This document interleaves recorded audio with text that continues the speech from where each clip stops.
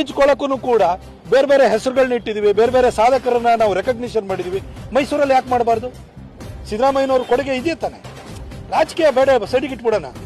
ಇವತ್ತು ಸಿದ್ದರಾಮಯ್ಯನವರೇ ಅಲ್ವಾ ನಮಗೆ ಇಲ್ಲಿ ಇದನ್ನೆಲ್ಲ ನಮಗೆ ಇವತ್ತು ನಮಗೆ ರಾಜಪಥ ನೋಡಿ, ಸಿಮೆಂಟ್ ರಸ್ತೆ ಆಗಿರ್ಬೋದು. ಇವತ್ತು ನಮ್ಮ ಏನು ಜಮ್ಮು ಸವಾರಿ ಹೋಗುತ್ತೆ, ಅಲ್ಲಿ ಬನ್ನಿ ಮಂಟಪದವ್ರಿಗೆ ಹೋಗುತ್ತೆ, ಆ ಸಿಮೆಂಟ್ ರಸ್ತೆನ ಮಾಡಿಸಿದಂಥವ್ರು ಯಾರು? ಮೈಸೂರು ಸಿಟಿನಲ್ಲಿ ಸಾಕಷ್ಟು ಡೆವಲಪ್ಮೆಂಟ್ ಆಯಿತು. ಯಾರು ಕೊಟ್ಟಿದ್ದು? ಸಿದ್ದರಾಮಯ್ಯ ಸಾಹೇಬರು ಕೊಟ್ಟಿದ್ದಾರೆ. ಇವತ್ತು ಅದನ್ನ DC ಆಫೀಸಿಂದ ಹಿಡಿದು ಇಂಥ ಹಾಸ್ಪಿಟಲ್ಗಳು ಪ್ರತಿಯೊಂದಕ್ಕೂ ದುಡ್ಡು ಕೊಟ್ಟಿದ್ದಾರಲ್ವಾ? ಅದಕ್ಕೋಸ್ಕರ ಈ ಸಣ್ಣತನವನ್ನು ಬಿಡೋಣ. ಅವ್ರ ಕೊಡುಗೆನೂ ಕೂಡ ಇದೆ, ಅವರಿಗೂ ಗೌರವನ ಕೊಡೋಣ.